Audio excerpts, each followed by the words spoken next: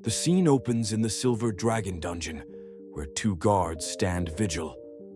A girl descends gracefully, and the guards immediately recognize her. They bow and greet her as Her Majesty. The girl instructs them to leave, stating that she wishes to speak with the prisoner alone. The guards comply without hesitation, for the girl is none other than the Silver Dragon Queen, Rosweisa. Rosweisa enters the dimly lit cage, where a man sits imprisoned. She addresses him mockingly, calling him the great dragon-slaying hero. Her voice drips with sarcasm as she asks how it feels to be a prisoner of the Dragon Clan. Leon, the captive, responds with a grim request. He asks her to kill him. Amused, Rosweisa offers to grant him a quick death, but warns that it won't be that easy. She approaches him, her eyes gleaming with intrigue. As she draws closer, she remarks on his handsomeness and resolute spirit, suggesting that a few more scars would make him perfect. With a cruel smile, she scratches his cheek, drawing blood. Leon turns his face away, his pride wounded. He shouts for her to stop humiliating him, begging her to kill him or chop him up, anything to end his torment. But Rosweisa, tasting his blood, comments that if he hadn't been framed by a villain, he wouldn't have fallen into such a miserable state. She then offers him a chilling proposition to join the Silver Dragon Clan. Leon smirks mockingly and questions whether she is even worthy of such an offer. Enraged by his insolence, Rosweisa kicks him, sending him crashing into the wall. Leon coughs up blood as she places her foot on his chest, her gaze filled with disdain. She mocks him, calling him Leon Cosmos, and asking if he still believes he's the great hero of mankind, praised by thousands. She taunts him further, asking if he's still dreaming of wiping out the Dragon Clan and leaving a legacy for future generations. She coldly tells him to wake up, declaring that he will die here, a mere ant daring to challenge a dragon.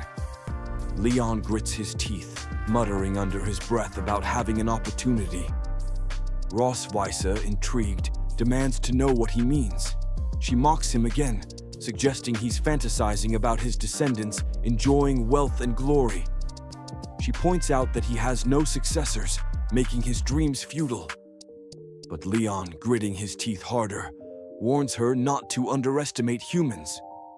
Rosweisa, amused, uses her tail to grab his neck and begins choking him. As his vision blurs, Leon surprises her by addressing her as Your Majesty.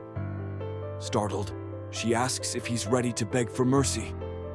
But Leon, his tone eerily calm, tells her that she made two critical mistakes. Confused, Rosweisa demands an explanation. Leon elaborates.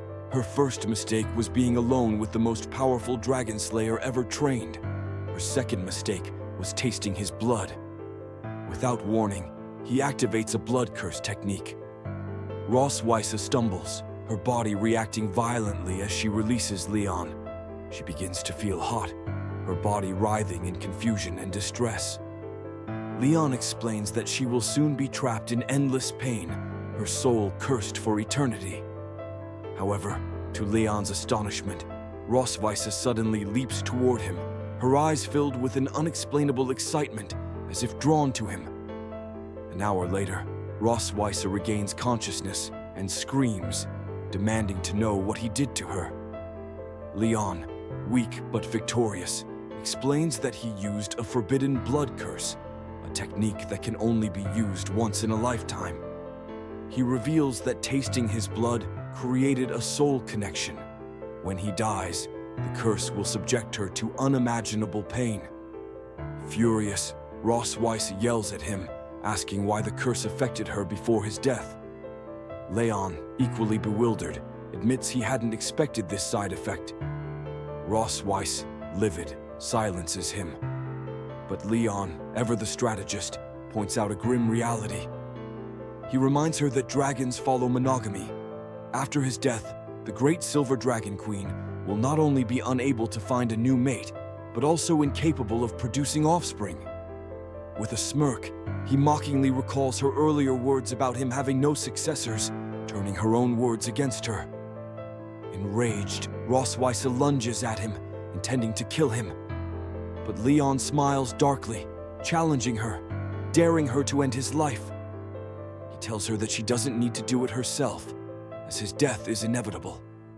With a cold stare, he declares that her true curse is to live with hatred for him, praying for the rest of her life. As Leon collapses, Rosweiss kneels beside him, her expression conflicted.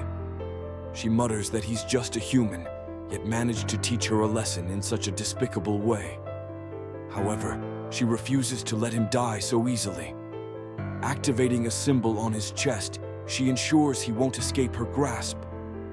Leon Cosmos was once a legendary dragon slayer. At the age of 5, he killed his neighbor's vicious dog with his bare hands, catching the attention of a passing top dragon slayer who took him as Aishiki.